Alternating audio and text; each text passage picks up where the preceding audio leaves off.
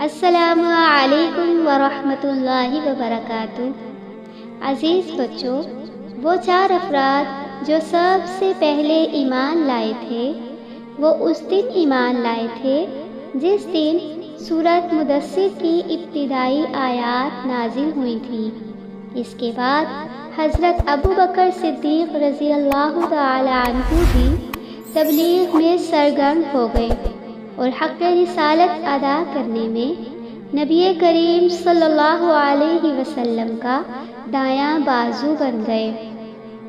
حضرت ابوبکر صدیق رضی اللہ تعالی عنہ بڑے پاک دامن، سب کے پسندیدہ، نرم مزاج، شریف، دریادل اور معزز تھے۔ عربوں کے نسب اور واقعات سب سے زیادہ جانتے تھے۔ ان کے کردار، اخلاق، سخاوت، علم و فضل، لین دین اور میل جول کی خوبیوں کی وجہ سے ان کے پاس ہر قسم کے لوگوں کی آمد و رفت مسلسل رہا کرتی تھی۔ اب جس کو وہ بھلا اور بھروسے کے لائق محسوس کرتے اسے اسلام کی دعوت دیتے۔ اس طرح بڑے بڑے صحابہ کرام کی ایک جماعت نے ان کے ذریعے اسلام قبول کیا، جن میں حضرت عثمان بن عفان رضی اللہ تعالی عنہ، حضرت زبیر بن عوام، حضرت عبد الرحمن بن عوف، حضرت سعد بن ابی وقاص اور طلحہ بن عبید اللہ تیمی رضوان اللہ عنہم اجمعین کے نام آتے ہیں۔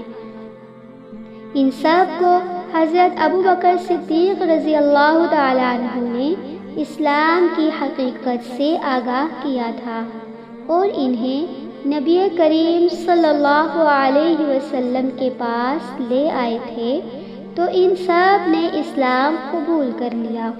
ان کے بعد اور بہت سے لوگ ایمان لائے۔ وہ سب قریشی تھے اور قریش کی مختلف شاخوں سے تھے۔ اس ابتدائی دور میں قریش کے علاوہ دوسرے قبائل سے بھی کچھ لوگ ایمان لائے۔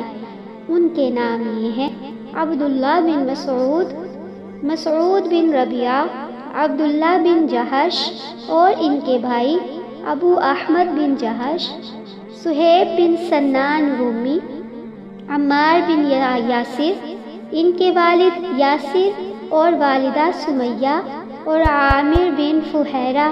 ان کے علاوہ جن عورتوں نے اسلام کی طرف سبقت کی ان کے نام ہیں: ام ایمن برکت حبشیہ، جو آپ صلی اللہ علیہ وسلم کے والد کی باندی تھی، حضرت عباس رضی اللہ تعالی عنہ کی بیوی ام الفضل، اور اسماء بنت ابوبکر صدیق رضی اللہ عنہم وعنہن اجمعین۔ یہ لوگ اور ان کے ساتھ مزید جو لوگ اسلام لائے انہیں سابقین اولین کہا جاتا ہے۔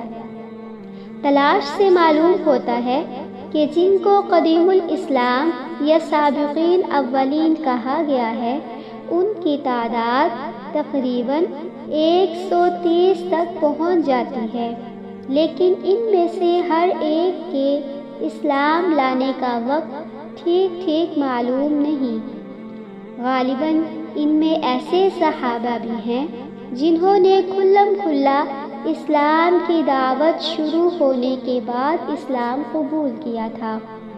سورہ مدثر کی ابتدائی آیات کے بعد تسلسل کے ساتھ وحی آتی رہی تھی اور آیات نازل ہوتی رہی تھی۔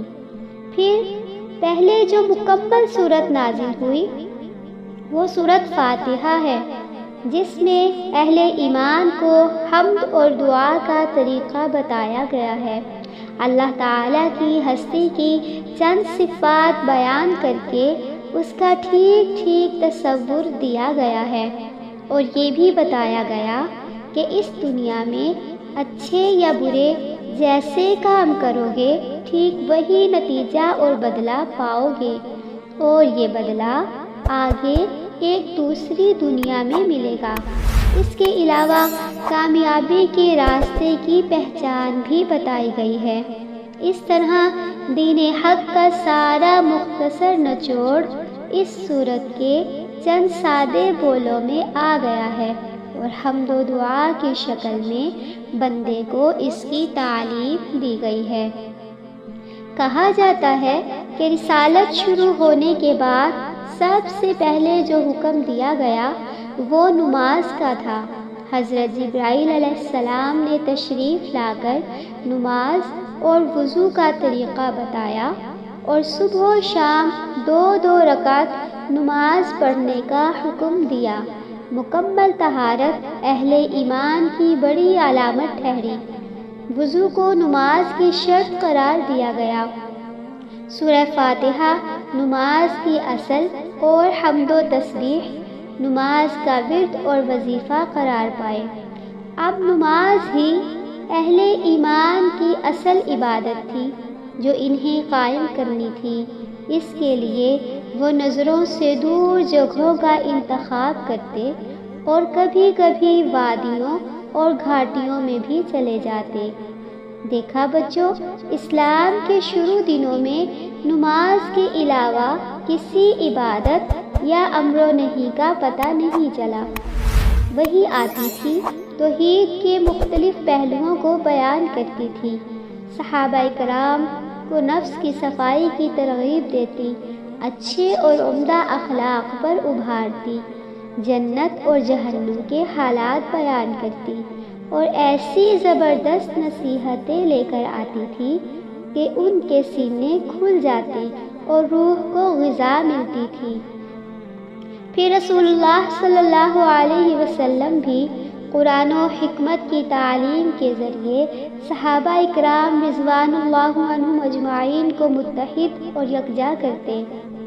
انہیں دلوں کی صفائی، اخلاق کی پاکیزگی، معاملات کی سچائی اور نفس کی عفت کی تربیت دیتے، تاریکیوں سے نکال کر روشنی میں لاتے، صحیح راستہ بتاتے اور اللہ کے دین کو مضبوطی سے پکڑنے، اچھی طرح تھامے رکھنے اور دین کے معاملے میں ثابت قدم رہنے کی تلقین فرماتے تھے۔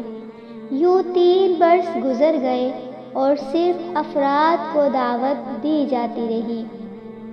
مجلسوں یا محفلوں میں کہیں اعلانیہ تبلیغ نہیں کی گئی، لیکن پھر بھی قریش کو اس کا علم ہو گیا۔ کچھ نے اس دعوت پر تنقید کی اور کچھ نے اہل ایمان پر زیادتیاں بھی کی، مگر عمومی طور پر ابھی تک قریش نے اسے زیادہ اہمیت نہیں دی تھی۔